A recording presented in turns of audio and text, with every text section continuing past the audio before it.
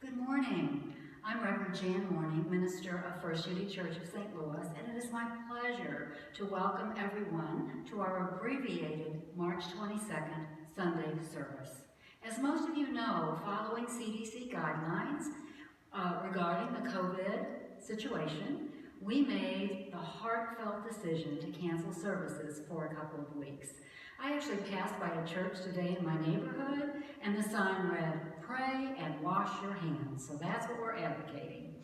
And at a time like this, we realize that we do not have control over what's happening around us, but we always have control over our thinking and our own responses.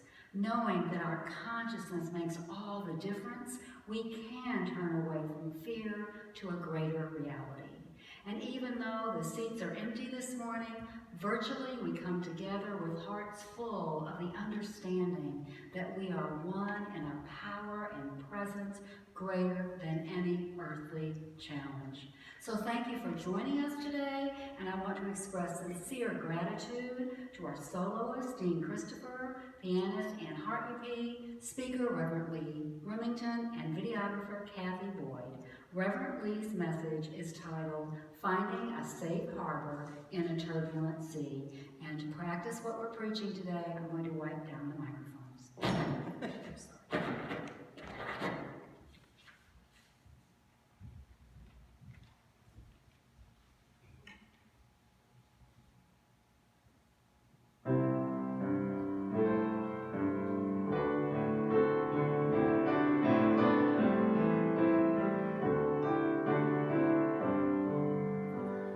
Welcome to God's world. Won't you come on in? Miracles, I know, can happen now and then. Look into your heart. Leave your cares behind. Welcome to God's world, built with you in mind.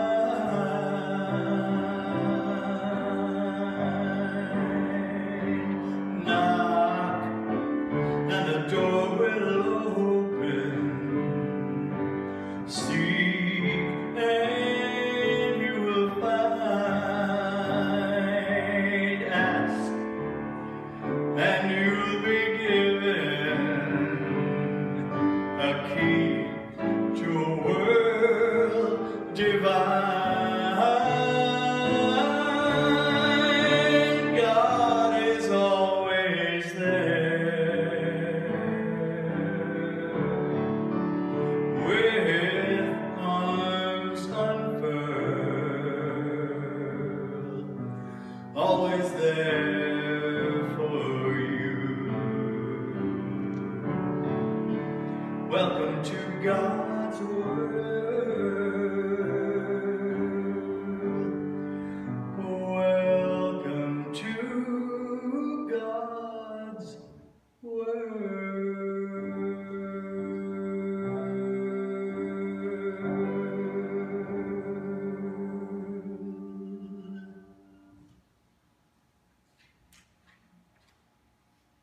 My turn.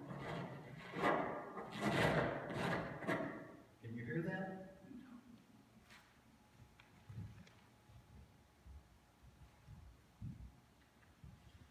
Good morning.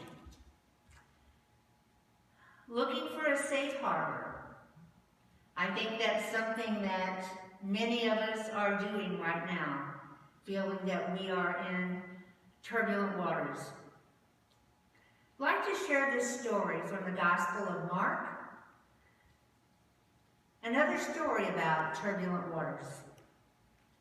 This is Mark 4, verses 35 to 40. Jesus had been teaching for the day, and when evening came, he asked the disciples to get in the boat and go to the other side of the lake. While they were in the boat, a great windstorm arose, and the waves beat into the boat so that the boat was already being swamped. But Jesus was in the stern, asleep on the cushion, and they woke him up and said, "Teacher, do you not care that we are perishing?" Jesus woke up and rebuked the wind and said, "Peace, be still." Then the wind ceased, and there was a dead calm. Then Jesus said to the disciples, "Why are you afraid? Have you still no faith?" So I wonder how many of us can relate to being the disciples, seeing that storm, the raging wind and the high waves, looking out now at what's going on in our world with COVID-19, that our world has turned upside down, and many of us are living in a fearful place. What do we do? Well, let's look at what Jesus did. When the disciples asked, "Don't you care that we're perishing?" He didn't say, "Oh, there's no wind, there's no waves." He acknowledged it. And then he rebuked it. And then he said to the sea, "Peace, be still." So for those of us who may feel we're in that boat in a turbulent sea right now, we have a choice.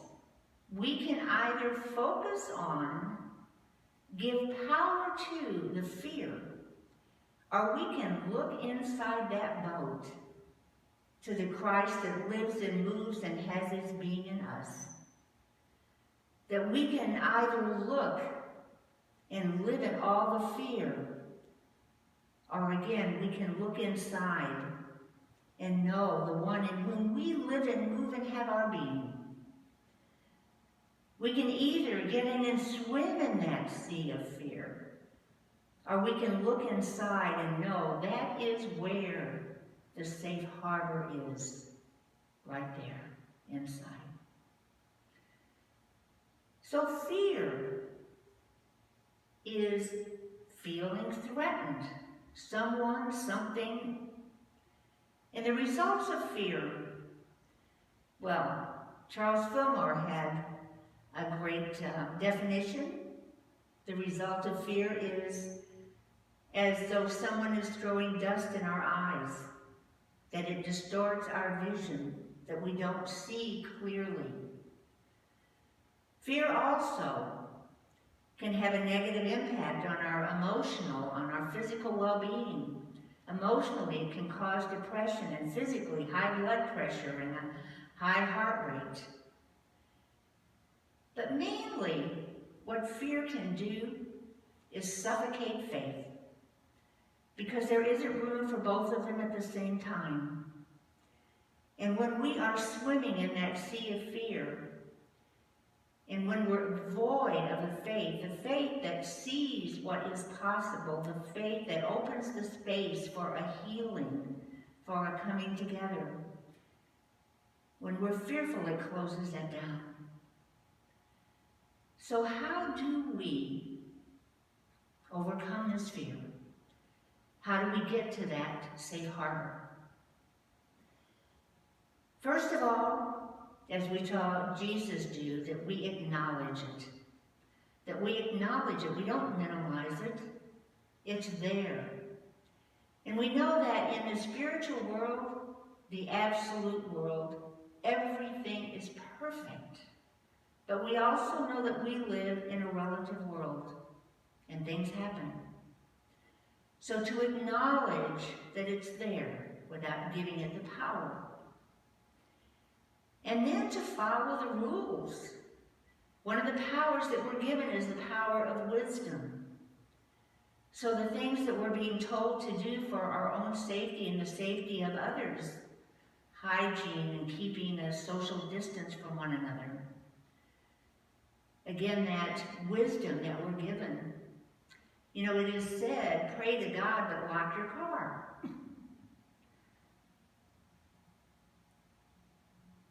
So to be wise. And then to move into our greater self. A couple of weeks ago, Anderson Cooper on CNN had a guest. Her name was Gretchen Schmelzer. And I just caught it out of the corner of my eye and heard a few great words and sat down and began to listen to that interview. And she was talking about the time we're in and fear and stress. And she said, this is a time to move into our larger self. That larger self which moves into the community. She said that stress causes a sense of helplessness. And the antidote for helplessness is action. So how to find a way when we can't take physical action right now to take action to move into our bigger self. During the conversation, they talked about ways that we're going to look back in a year or two and realize how wonderful we all were, that we found a way from moving into our larger self, leaning into the big I of us, into the we of us, that we learned how to get along. We learned how to live peaceably. That it will be a wonderful time to look back on these days and see that we were all living from our higher self. So how do we then take action? How do we move from that I to the community of we right now? Well, one thing we could do would be to call our Aunt Lucille, who's in a nursing home, every day. I'm thinking of you, I'm praying for you, I know you're lonesome, but I'm right here anytime you want to call. And then maybe call the director or the social director of that home and ask, are there any other people here who may need a call, who don't have family? And then do the same for them. Extend ourselves, move into that we of us. And then knowing that now with the schools closed, that there are many children who may be lagging behind in their studies, who may not have the technology of children who come from a more prosperous home. So to see if we have the ability to go online and to mentor children, knowing too that many of our children rely on their lunch, their breakfast and lunch in school, and now with school closing, that's gone.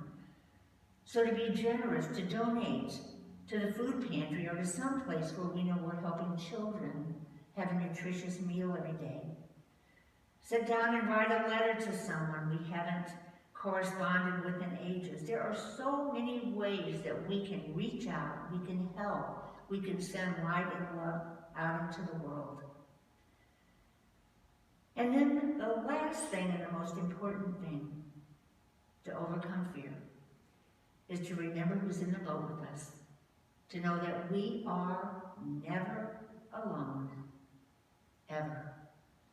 That we have the choice to turn our gaze from the fear to the Christ that lives and moves and has his being in us, that is our safe harbor. And to know that in this universe, no matter what, there is never a place to get lost, to fall off of, that we're here all together. Fear or peace be still. I would pray that we all choose peace be still. That safe harbor that we carry within us all the time. God bless.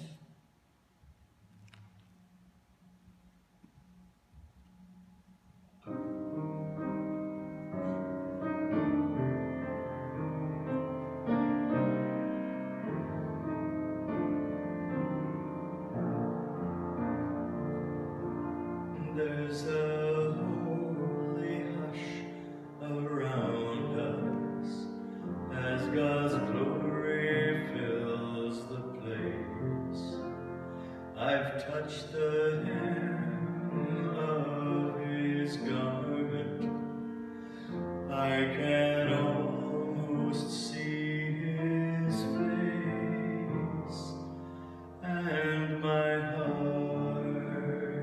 is overflowing with the fullness of His joy. I know without a doubt that I've been with the Lord. Surely the presence of the Lord is in this place. I can feel His mighty power and His grace. I can feel the brush of angel wings. I see glory on each face. Surely the presence of the Lord is in this place.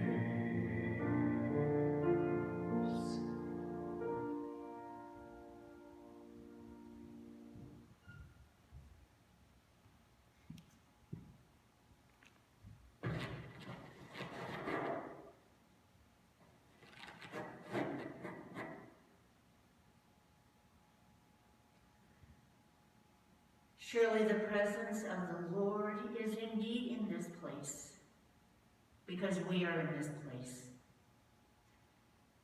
So I invite us now to still our bodies, our minds, as we prepare to go to that place in us, that quiet place where we are most aware of who we are and to whom we belong. And so those beautiful words that Jesus spoke, peace be still, peace be still. Let those words wash over us and carry us to that place inside of us where we can see an image with our spiritual eyes.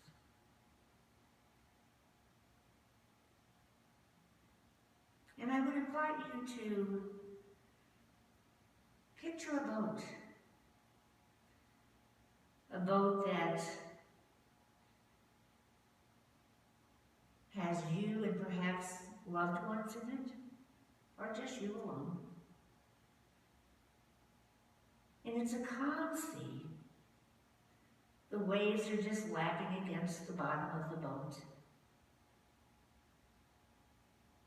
And maybe aware at a distance that there was a storm raging, but that's not where we are. Because we've heard in us, peace be still. And so as the beautiful waters support the boat and us, knowing that we're all in this safe harbor,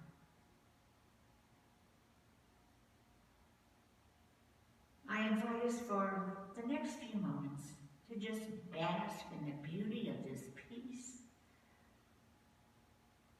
Again, hearing those waves just gently lap against the boat, maybe moving the boat ever so gently, and just holding us steady. In the silence.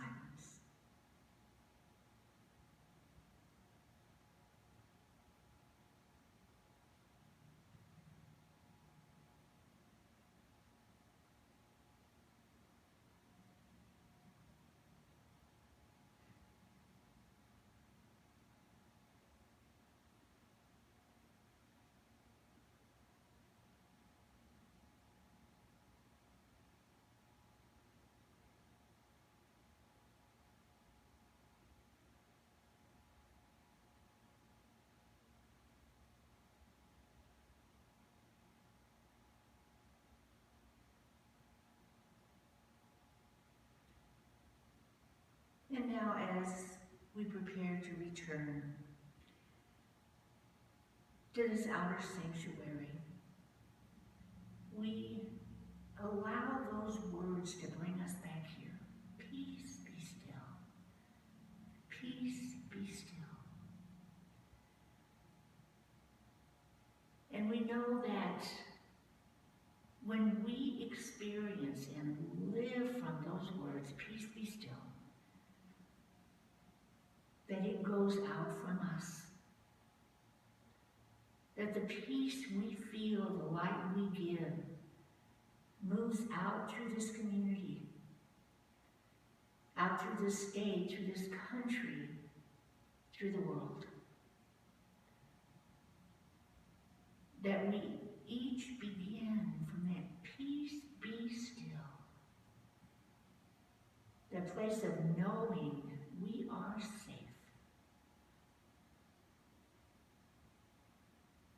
And so we do give thanks for this truth that we know. We give thanks knowing that we are one with each other and one with you, God. And we see again the peace and the light moving from this place, filling our entire world. And we do give thanks as we pray in the beautiful consciousness of the one who figured it out, who said, I am the light of the world and you are the light of the world. Jesus Christ. And in that Christ that lives and moves and has its being in each and every one of us. And so it is.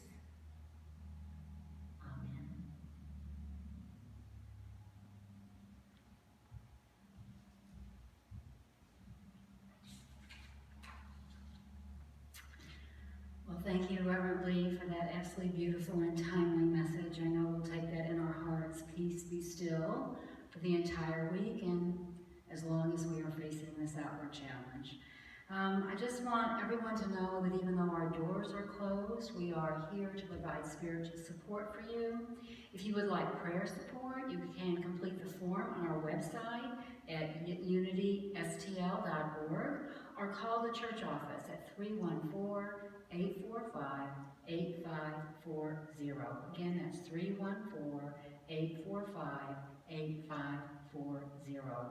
Also, Silent Unity's prayer associates are available to pray with you 24/7, and that number is 816-969-2000. 816-969-2000. You can also request prayer support by email at uni.org or access a daily meditation through the free You Pray app. And you will find a myriad of uplifting messages at unity.org. So let's just make this a time for us to feel more deeply our connectedness, our oneness with each other and with God. This earthly challenge is an opportunity for us, as Unity co-founder Charles Fillmore said, to be all that we can imagine God to be. And so as Lee so beautifully said, that means we are peace. That means we are wisdom. That means we are strength. We are allowing all of the inner Christ powers to express. And as we do so, we set the intention to use our unity principles to work together to bless our communities and our world. So our service will end today with Let There Be Peace on Earth.